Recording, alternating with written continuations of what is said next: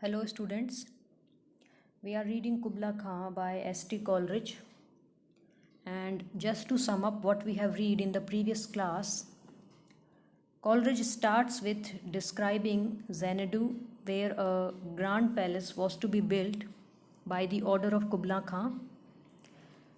He describes its geographical details like a river named Elf runs through it.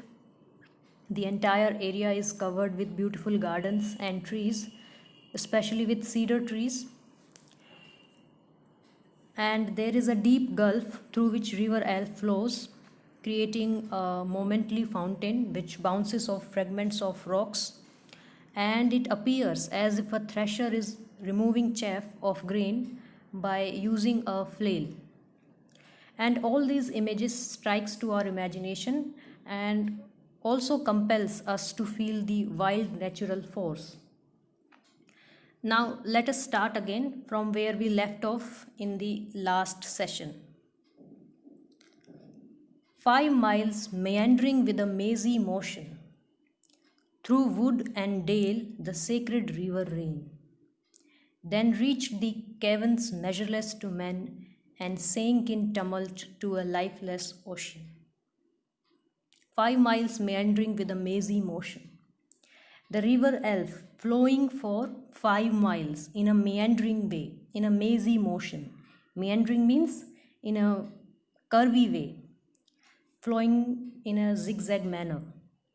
So the river Elf flowing for 5 miles in a curvy and in a mazy motion. Mazy motion means in a very confusing motion. Through wood and dale. Through wood and dale means a valley. The sacred river ran. Then reached the caverns measureless to man and sank in tumult to a lifeless ocean. And then the river enters into the caves, which are measureless to man, which are deep, and that measureless means no human can tell how deep these caves are. They are so huge that one could not possibly measure them. And sank in tumult to a lifeless ocean. And after passing through woods and dale and caves, the river at last sank with a tumult. Tumult means with a roaring sound into the lifeless ocean. Earlier, the sea was sunless, if you remember. Into a sunless sea, Coleridge has stated in the earlier lines. Earlier, the sea was sunless. Now, Coleridge says it's lifeless. Maybe the sea is quiet and peaceful, and that's why it is referred as lifeless.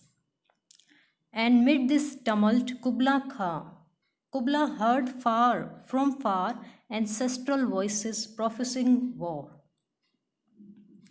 And mid this tumult, between this turbulence of the river, Kubla Khan is listening to the ancestral voices. Ancestral voices means voices of his forefathers. And his forefathers are warning him or telling him about the future wars. The shadow of the dome of pleasure floated midway on the waves, where was heard the mingled measure from the fountain and the caves.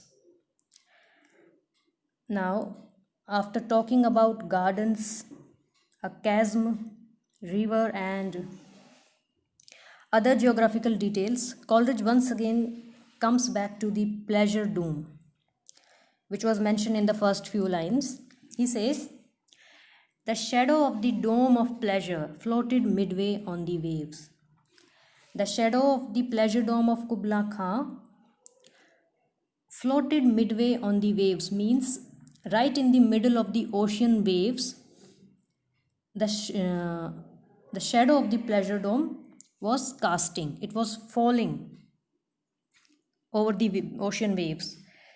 The pleasure dome was casting its shadow over the ocean waves, where was heard the mingled measure from the fountain and the caves. You know, the dome was surrounded by the caves and fountains. So the murmuring sound of the fountain, mingling means mixing with the echoing sound. So the murmuring sound of the fountain mixing with the echoing sound coming out of the caves created an illusion of a really rhythmical music, like mingled measure. Sound from the caves and from fountain, from ocean, all mixed up, and it created a mingled measure.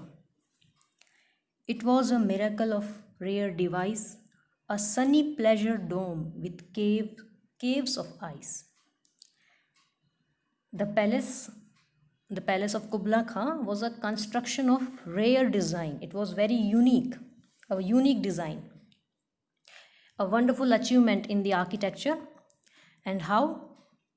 Because a sunny pleasure dome with caves of ice, because it combined in itself warmth of sun and the coolness of ice.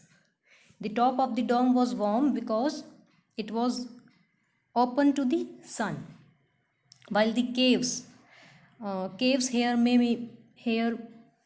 mean the underground chambers of palace, which were kept cool by the ice that never melted. So that's how this dome of Kubla Khan was a miraculous creation of contrasting effect, warmth and coolness. A damsel with a dulcimer in a vision once I saw. It was an Abyssinian maid, and on her dulcimer she played, singing of Mount Abora. Damsel means a woman, a girl. And with these lines, the poem takes a major turn, because here Coleridge starts to describe another vision that he once had. In the previous part of this poem, he talked about the vision of dome. Now he talks about the vision of a girl and says, a damsel with a dulcimer. That once in his dream he saw a girl. It was an Abyssinian maid. He saw a girl who was from Abyssinia. Playing on her dulcimer, she played, singing of Mount Abora. And she was playing upon dulcimer. Dulcimer means a sort of musical instrument. And she was singing of Mount Abora. Could I revive within me her symphony and song? To such a deep delight it would win me, that with music loud and long, I would build that dome in air, that sunny dome, those caves of ice. Could I revive within me her symphony and song? Now Coleridge is thinking about the melodious music of that maid's song, that Abyssinian maid's song, and he is wishing here when he says, could I revive within me? He is wishing strongly to experience that musical vision once again and to get back to that intense feeling once again. He wants to revive it, to bring it back to life. And her symphony and song, to such a deep delight it would win me. And if had it been possible for him to learn the music of the maid, I would build that dome in air, that sunny dome, those caves of ice. If he could revive that song once again, he would build the beautiful palace of Kubla Khan in the air. To such a deep delight it would win me, that with music loud and long, I would build that dome in air. The music of the Abyssinian maid would fill him such delight, such happiness, and he would make his own music loud and long, and then he would be able to construct the whole palace together, that sunny dome, those caves of ice. That whole palace with its sunny dome and with caves of ice. And all who heard should see them there, and all should cry, beware, beware. The pleasure palace that he would create by his poetic gift, just by describing it. So all those who heard him would see the palace in the air, in their imagination. And all should cry, beware, beware. His flashing eyes, his floating hair, weave a circle round him thrice, and close your eyes with holy dread, for he on honeydew hath fed, and drunk the milk of paradise. And all should cry, beware, beware. The people who are listening to him describing the palace will regard him a powerful person or a powerful magician. And in fear, they will cry, beware, beware. Beware means be careful, be careful of the man with flashing eyes and floating hair. Floating means moving hair.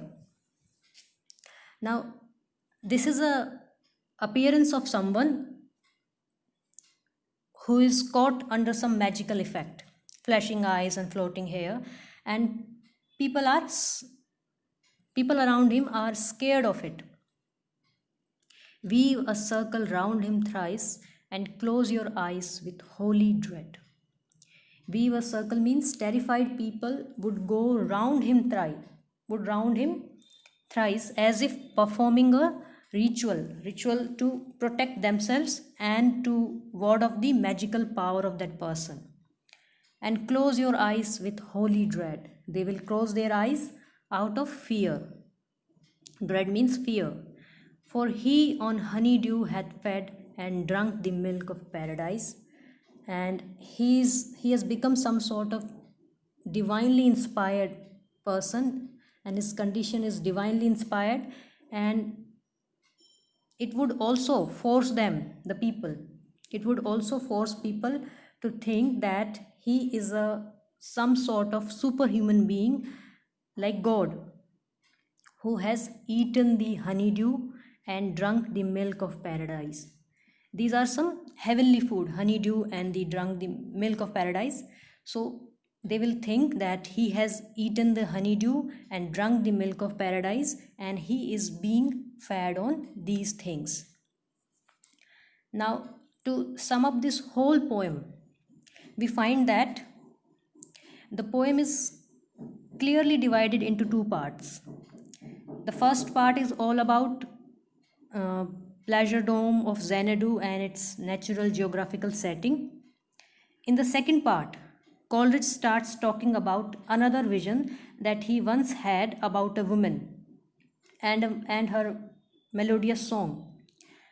And here, in the second part, Coleridge talks about the creative power of poetry, which can build such a dome in the air.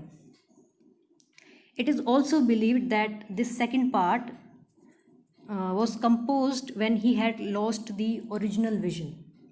So this part seems disconnected from the first part, but to conclude, we can say this fragmented poem, with all its faults, is a true romantic poem, a work of mystery, a work of sensuousness, and a work of pure imagination. So students, that was all about the textual explanation and analysis of Kubla Khan, and I hope the poem is clear to you. Thank you.